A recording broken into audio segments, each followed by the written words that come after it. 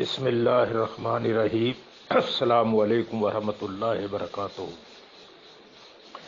میرے بھائیوں، یہ بات بڑی غور طلب ہے اور اس کے اوپر فکر مند بھی ہونا چاہیے۔ یہ وہ لوگ ہیں جو اس مجاہد کی جد و جہد کے ساتھ تھے اور آج یہ دیکھیے اپنی 1.5 اینٹ کی مسجد لے کر علیحدہ ہوئے اور انہوں نے اس دعوت سے اختلاف کیا۔ اصل میں انہوں نے قرآن حدیث سے اختلاف کیا۔ اب دیکھیے یہ پیچھے یعقوب علی کی آواز ہے اور پھر ڈاکٹر صاحب کی گفتگو تقریر شروع ہو رہی ہے۔ تو آپ دیکھیے اسلم صاحب ہوں ناظم آباد 4 نمبر والے، وہ ایک بیوروکریٹ ہے، مفاد پرست آدمی ہے۔ اسی طریقے سے اس کو یعقوب علی کو دیکھ لیجئے، یہ بھی اسی قسم کا ہے۔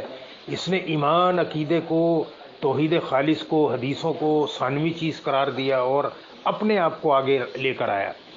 یہی حال اس سعید کا ہے۔ اس کی تو خیر وہ اللہ تعالیٰ نے درگت بنوائی ہے کہ رہے نام اللہ کا ہمیشہ۔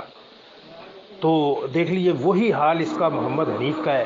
اس نے عقیدے میں ایک شرک داخل کیا تعظیمی سجدے کا، اور پھر اس کو صحیح ثابت کرنے کے لیے بالکل اسی طرح جیسے ایک جھوٹ بولتا ہے آدمی اور اس کو چھپانے کے لیے 100 جھوٹ بولتا ہے، اور ایک اس نے جھوٹ بولا کہ یہ سجدہ یوسف علیہ السلام کو ہوا ہے، اللہ کا حکم ہے، اللہ کی مشیت ہے، اللہ کی رضا کے مطابق ہوا، اللہ راضی ہو گیا۔ 3 جھوٹ بولے یہاں پر اس نے، اور اس جھوٹ کو صحیح ثابت کرنے کے لیے اس کے مقلد، اس کے خطیب تقریریں کرتے رہے، معجزات بیان کر کے کہتے ہیں جب یہ ہوا ہے تو سجدہ بھی ہو سکتا ہے۔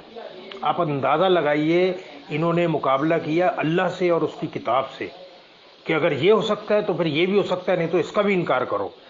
اگر آدم کو سجدہ ہو سکتا ہے تو پھر یوسف کو بھی ہو سکتا ہے۔ اب ان کی بدبختی دیکھو کہ وہاں 7 جگہ حکم موجود ہے مختلف انداز کے اندر، اور یہاں نہ حکم ہے نہ اسم ہے۔ پھر جب ان کی گرفت کی گئی کہ معجزہ کسی بھی عقیدے کی دلیل نہیں ہوتی، بدبختو اللہ کا خوف کرو، معجزہ قانون نہیں ہوتا، اس پر ایمان رکھا جاتا ہے کہ یہ ہوا ہے، ہمارا اس پر ایمان ہے، لیکن یہ قانون نہیں ہے۔ یہ قانون نہیں ہے۔ قانون کیا ہے کہ مردے نہیں سنتے۔ قانون کیا ہے؟ دوبارہ روح لوٹائی نہیں جائے گی قیامت سے پہلے، یہ قانون ہے۔ اور قانون کے اوپر یعنی کہ محکمات کے اوپر عمل کرنا ہے۔ تو پھر دیکھیے اس باطل عقیدے کو پرموٹ کرنے کے لیے، اس کو صحیح ثابت کرنے کے لیے پھر محمد حنیف ایک قدم اور آگے گیا، کہتا ہے کہ عیسیٰ علیہ السلام کو اللہ نے اپنی ایک صفت دے دی، یعنی کہ اللہ نے اپنا شریک بنا لیا۔ نعوذ باللہ۔ آپ اندازہ لگائیے کہ اپنے ایک کفر و شرک کو صحیح ثابت کرنے کے لیے کہتا ہے کہ اللہ تعالیٰ نے اپنی ایک صفت عیسیٰ علیہ السلام کو دے دی۔ پھر پوچھنے والے نے پوچھا کہ یہ تو ہو نہیں سکتا، اللہ کو تو کسی مقام اور کسی جسم کی ضرورت نہیں ہے۔ تو کہتا ہے کہ اللہ اپنی صفات جب چاہے جس کو دے دے۔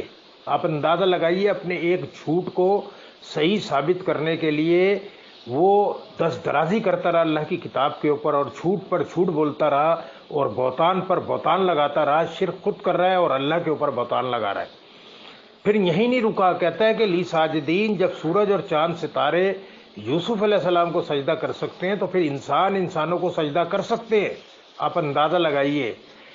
تو یہ ہوتا ہے اس مکاری اور بے ایمانی کا انجام کہ اپنے عقیدے کو چھوڑ کر جو توحید خالص کا قرآن اور حدیث کا عقیدہ ہے، جو دعوت نبی صلی اللہ علیہ وسلم نے مکے میں اٹھائی تھی، کیونکہ مشرکان مکہ بھی یہی کہتے تھے لبیک اللہم لبیک لا شریک لک لبیک، اے اللہ ہم حاضر ہیں، ہم حاضر ہیں، تیرا کوئی شریک نہیں ہے۔ اور پھر یہ کہتے تھے کہ جن کو تو نے خود اپنا شریک بنا لیا ہے اور اس کی ملکیت بھی تیری ہے، تو نبی صلی اللہ علیہ وسلم کہتے تھے کہ ہرگز نہیں، اللہ نے کسی کو شریک نہیں بنایا، تم جھوٹ بولتے ہو، رک جاؤ۔ تو آج یہ محمد حنیف اور اس کے حواریوں نے بھی یہی کہا کہ اللہ نے اپنی صفت کے اندر عیسیٰ علیہ السلام کو شریک کیا، اور اللہ جب چاہے جس کو اپنے ساتھ شریک کر سکتا ہے۔ صفت دینا شریک کرنا ہے۔